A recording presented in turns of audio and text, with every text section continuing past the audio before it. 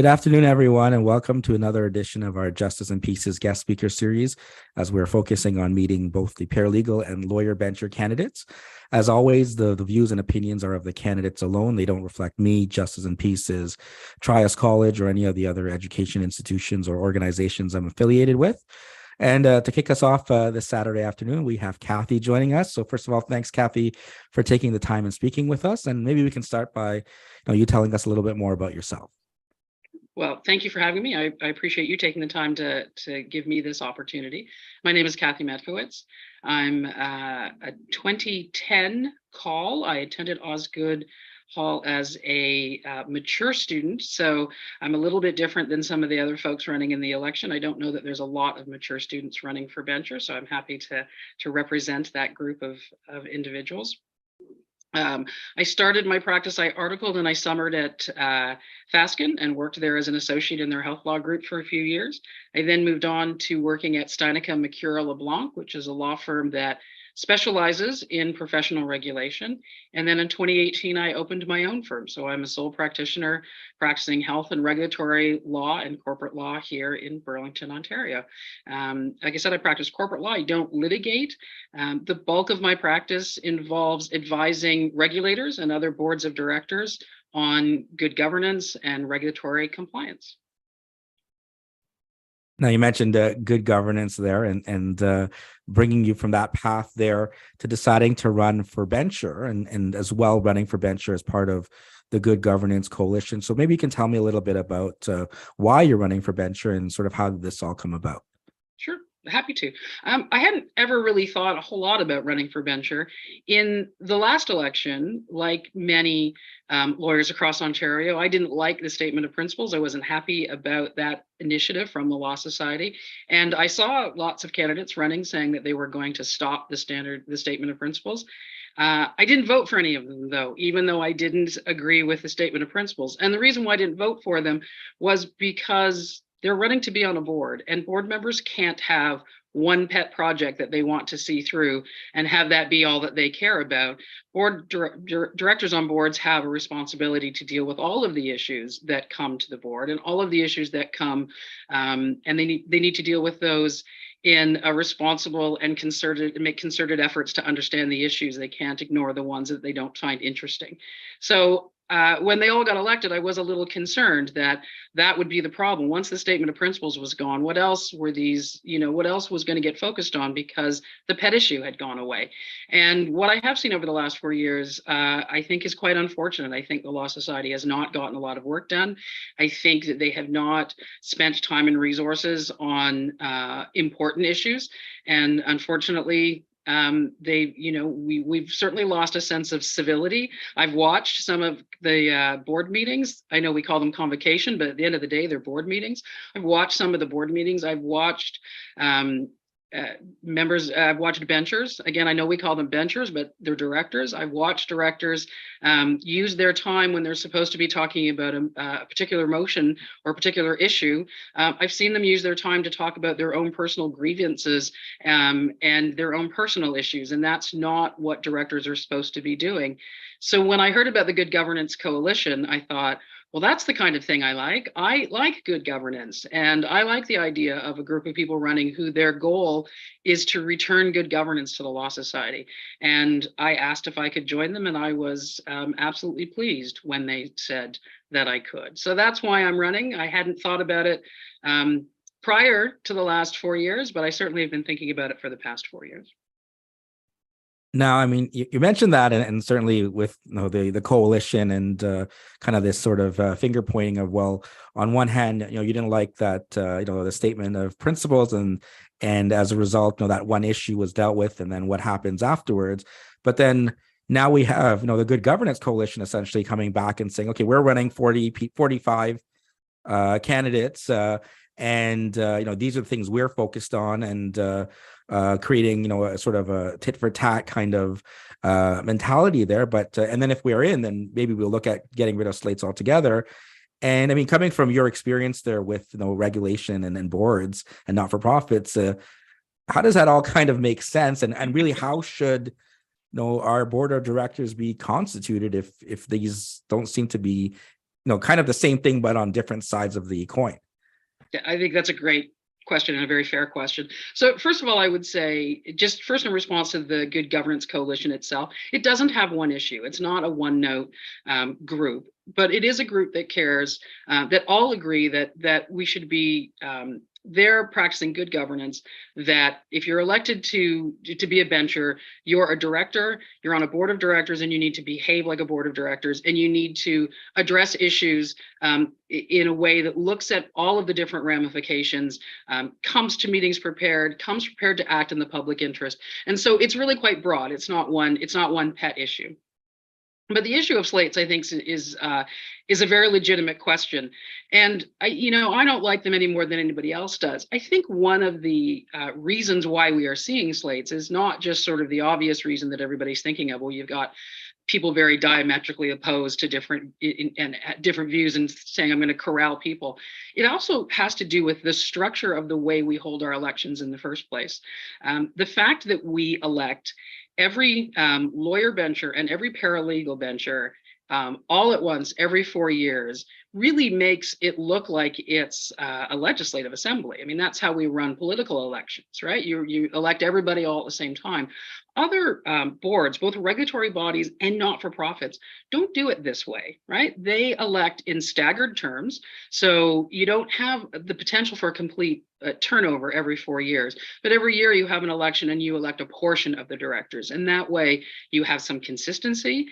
It also would help prevent the slates, because you don't have 45 people running for the board. You only have maybe a quarter of the board running each year, and you have an election every 4 years, or every year rather, but you don't get a full turnover. So I think part of our structure lends itself to slates and lends itself to being viewed as a political body when it really is not that. And what about sort of the regional aspect to it? I mean, I think you can vote for anyone inside Toronto, outside Toronto, regardless of where you're sort of set up. And just given the volume of Toronto lawyers, I mean, everyone in Ottawa potentially could be voting for these 20 candidates in that area or whatever. And the Toronto lawyers could back someone else, or regardless of the party affiliation or independent, or full stop or coalition. And they're going to have a stronger voice in areas outside of the city of Toronto. Does that really kind of make sense in our governance? Yes, I think you raise another important point. Again, I find it an odd system we have where everybody votes for everybody. When really, if we think it's important to have regional representation, if we believe that that's important to make sure that we have a balanced board that can address issues across the province, then regional elections should be just that. You would elect directors from your region. So I wouldn't be in Burlington deciding who the director is in Sudbury, right? That doesn't make any sense because I don't know the best person to choose from Sudbury, and that again would help prevent slates if we're not all voting geographically. But we don't even have to. It doesn't even just have to be geographically. We can look at other ways of delineating bencher positions, right? I mean, other organizations will often say we need a director that has this skill set. And so, for example, one of the things that we see at the Law Society is it is heavily weighted with litigators. And there are very few non-litigators, lawyers that serve as benchers. I'm one of the few running as a non-litigator. And so I'm not sure that balance is necessarily the best for the public interest. Now, I'm kind of throwing out ideas there as somebody who hasn't been a bencher and is looking from the outside and using my experience and saying, I'm not sure that all of this makes sense. What I wouldn't do is show up at my first Law Society meeting if I got elected and show up at the first director meeting and say, here's the election reform I think we should do, and start spouting that off, because all I'm doing is observing from the outside. What a responsible board would do is, if they thought the issue was important, if it was more than just me that thought the issue was important, if a majority thought it was an important issue, then you go back and you study governance reform and see what would make sure that the Law Society is acting in the public interest and has a board of directors that truly necessarily is reflective of the profession or able to meet the needs of the board, make sure that it has the skill sets that are required. So I may have some ideas that I'd love to, I love to talk about, but that doesn't mean that those are the ideas that would work once they were studied. But I think they are something that's important to look at. And I think if people really are concerned about this notion of slates, then that is something that the Law Society needs to look at. And it isn't necessarily just saying no more slates, we'll ban those slates, because I'm not entirely sure from a practical point of view how you do that, how you tell people they can't group together and campaign together. But maybe there's other structural ways we look at that makes slates less meaningful, or have less power. And then another point on that is, you kept mentioning the public interest, but essentially you're running and you're being voted on by whether it's other lawyers or other paralegals respectively, and they may have interests, like you mentioned, for example, solicitors. I talked to one of the independent solicitor candidates the other day, and he's saying, well, here are the things I think we'd be concerned about. But then ultimately, when you're elected, if you're elected, you're going to have to act in the public interest. So how do you kind of reconcile sort of those ideas and then determine, later on, if you're acting in the best interest of the public, if those ideas even sort of jive with what the public wants? So you have identified one of the peculiarities of self-regulation, right? We vote and elect people, and then when they get there, we tell them, but you have to act in the public interest. I mean, the legislation says they have to act in the public interest. They don't have a choice. And so it is a very strange system, and it's not just lawyers, it's really self-regulation across the board, where you're asking people to vote for you. And how can you ask them to vote for you unless they think that you're going to represent things that they care about? But you can't always take those to the board and actually do that. And how do you act in the public interest? There are, we could spend hours talking about what the public interest is and what it isn't. It is nebulous and ill-defined.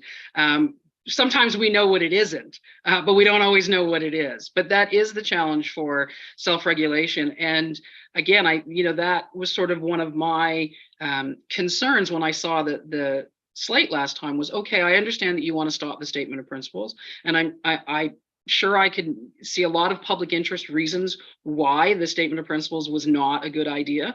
I'm sure I could make that argument, but that isn't the only thing you're going to have to deal with when you get there. A responsible bencher does have to grapple with, okay, we want to do that. We want to set this policy, or we want to, do this initiative.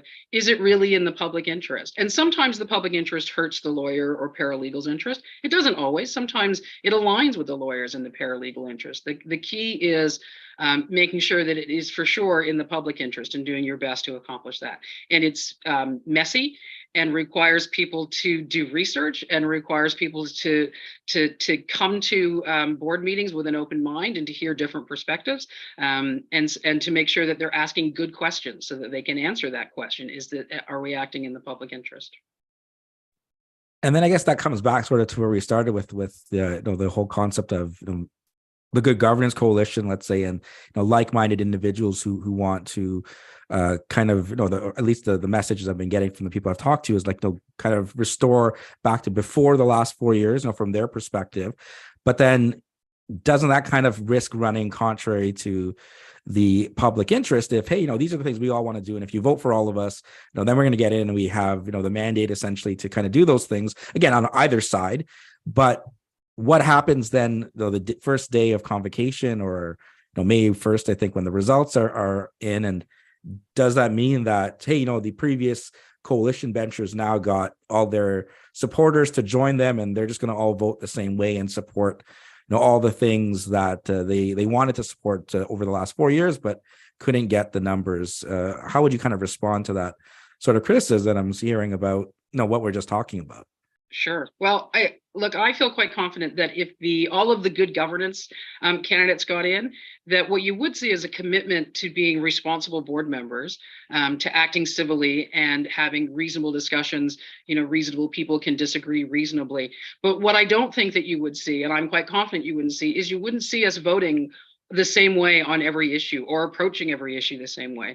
I can tell you that just in our group, since we've been in this election process, we've had lots of discussions among the group where we don't agree on lots of different issues, or we agree on maybe the outcome we want, but not how we get there. And what I have experienced is really intelligent debates where people have thought about it, where people have looked at the legislation and said, I think the legislation says this, and that's why. And the disagreements have been respectful.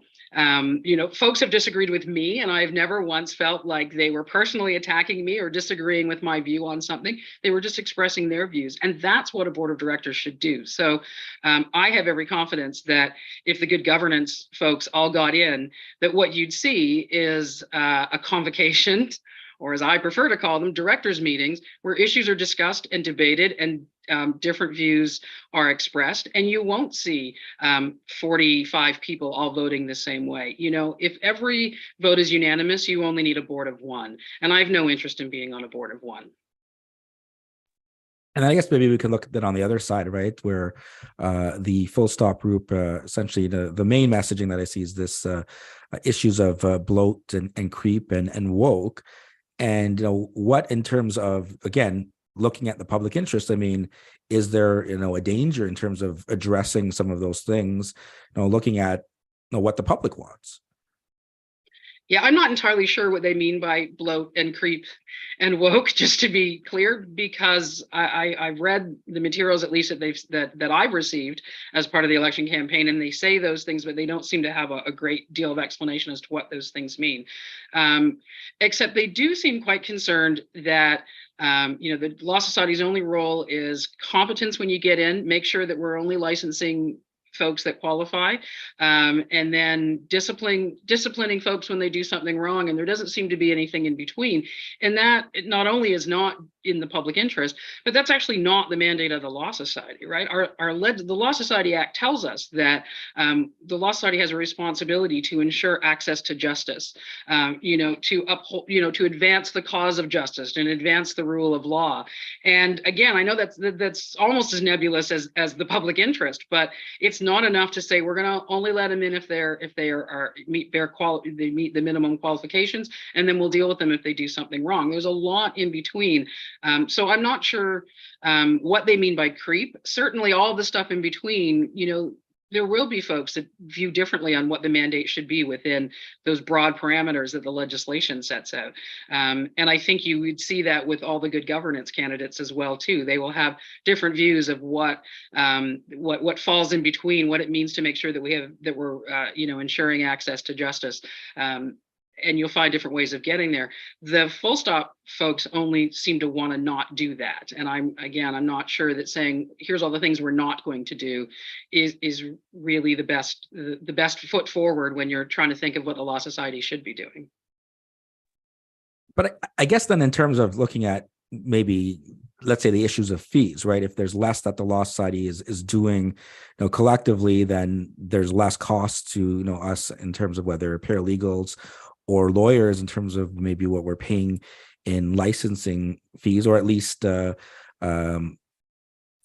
keeping the fees sort of from growing. I mean, obviously we have inflation and other things like that, but then again, looking in the public interest, do we necessarily need some of the programs or some of the things that are in place, or is it potentially better to kind of pair off some of those things and look at ways of doing it more efficiently, or doing less things? Yeah, I think that's a fair question. I mean, look, I'm a sole practitioner. I pay my Law Society fees all by myself, along with my Law Pro fees. So I am very sensitive to how much fees cost. I don't have somebody else that is paying them for me. And yeah, absolutely, we need to look at whether or not the programs that are there, whether or not they should be there, whether they are really meeting the mandate of the Law Society, or are we spending money in areas that we don't have to? And I haven't been there, so I can't speak to all the intricacies of the programs or all the intricacies of the budget. I can speak to a couple, though. One of the biggest expenses that our fees go to is the compensation fund, and we can't not have a compensation fund, right? So there are certain things we can't change, and I understand that folks last year, some of the full stop candidates, their view was, well, we should just lop 25% off the budget, just take 25% off expenses across the board. And that was their proposal with no means to do that. Well, when I look at my profit and loss statement and I look at last year's profit and loss statement, I can very easily say, you know what, I want to spend 25% less on my law practice next year. Except I can't just say, well, I'm going to just drop 25% everywhere. I can't call up my cell phone provider and say, I'm paying you 25% less because I've decided I'm going to reduce my expenses by 25%. So budgeting is something that needs to be done seriously, that needs to have serious thought given to it and serious look at whether there are areas that can be reduced. Would I like to see fees lowered? Absolutely, 100%. Again, I pay them out of my own pocket. I'd like them to be as low as possible. But I also understand that self-regulation costs money. It costs money to regulate a profession.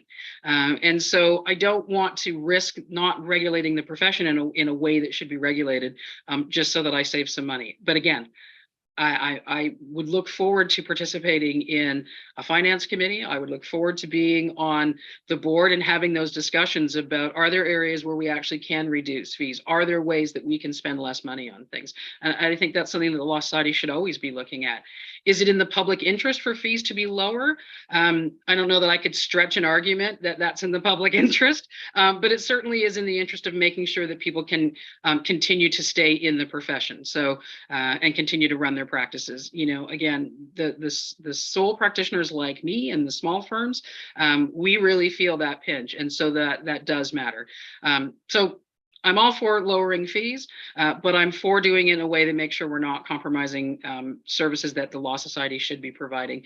And I'm not going to speak to an area that I don't have expertise on, but I would look forward to getting in there and looking at budgets as a bencher for sure. Yeah, and then going back to maybe an area you do have expertise in terms of governance and regulation. I mean, is there anything else in terms of how the sort of structure of the Law Society, in terms of the staff there that are working and then working with the board or the benchers? Anything else that you can kind of point to that maybe has changed or needs to be changed in terms of or at least looked at maybe more so in terms of how our structure is versus other boards of directors?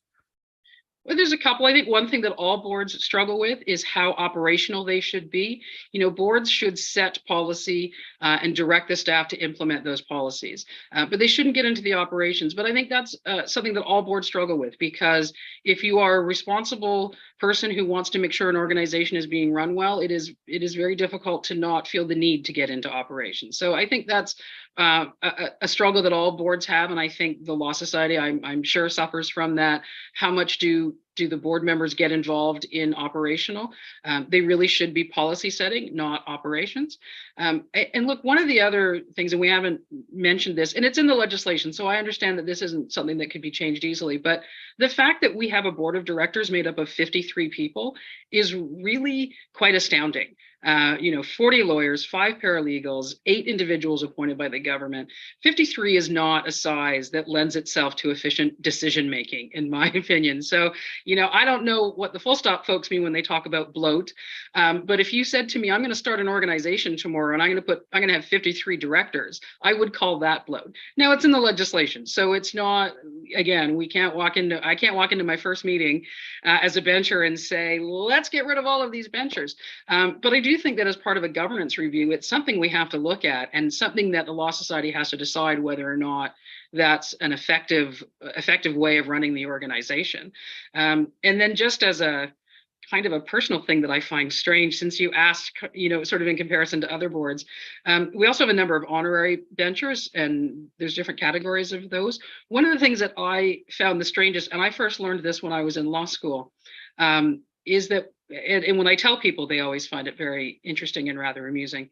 I consider myself a monarchist, but even I am astounded that King Charles III is an honorary bencher of the Law Society of Ontario. So it doesn't cost us anything. I just find it an odd thing that we have. So, it does make me sort of think about governance in general, about, I'm not sure how he ended up being an honorary bencher, but he's been one for a long time, because he was one when I was in law school. So. I don't know. I'm guessing. Guess that means I need to reach out to King Charles there and have him come and talk next time.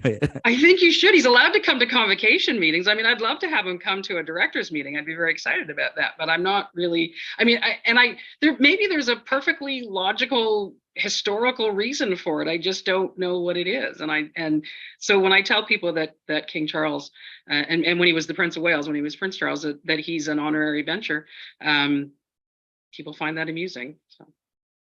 Now, Cathi, you mentioned being a mature student there, and I have students that are going to be listening. They're not going to be voting. Any words of wisdom from either that experience or from your practice now as they look to get into the profession? Yeah, absolutely. So I think my first advice would be don't self-select out of things. And what I mean by that is, when I was a student and we were looking for articling positions, and I know that that's a challenge. And so when you're first looking for a position, when you're done school, we had the OCI process, and not everybody's dream articling position is to work for one of the firms that participates in OCIs. But there were lots of mature students that didn't even apply because they said those firms wouldn't be interested in a mature student, so I'm not going to apply. And one of those firms was interested in a mature student because I went to work for Fasken after that. So my first advice would be don't self-select out. If you think that there's something that you're interested in, then don't assume that they don't want you, and go for it. The other thing I would say is, when I went to law school, I was sure that I wanted to be a litigator. I was absolutely positive that's what I was going to do until I articled and I found out that I didn't really like it. And I suspect it didn't really like me either. So it wasn't going to be a good fit. And so same thing, you might be in school now and you think you know what area you want to practice in or what kind of law you want to practice when you're done, or the kind of firm that you think you might want to work with, or whether you want to open your own practice. But you don't really know until you start doing it. So expose yourself to as many different areas of practice and different work environments as you can, and really see what's out there and find what's the right fit for you. Don't feel bad if what you wanted to do in school is not what you end up doing as a paralegal. It doesn't always work out that way, but find the thing that works for you. I guess that would be my two biggest memories from being a brand new lawyer. And last question, Cathi, why should the lawyers that are listening to this, why should they be voting for you? I think because I understand what it means to be a director, and I would take the role seriously. I've been advising regulators and boards of directors for so long. I feel like I really have a lot of experience that I can share. In my previous life, for what it's worth, my life before the law, I was in a regulated profession, and I served on the regulatory body for that profession as well, and did that for 9 years and 6 years as the president. So I think I have a really good handle on what regulators are supposed to be doing. If you elect me, you're going to get somebody that takes the issue seriously, researches them, is not going to just do something that makes me happy or is my pet project or is my personal view. I'm willing to listen to everybody's view, and I love a good debate so I can see all sides of the issue before I vote on something. Perfect. So again, thanks so much, Cathi, and thanks for everyone for tuning in. See you soon. Thanks very much for having me.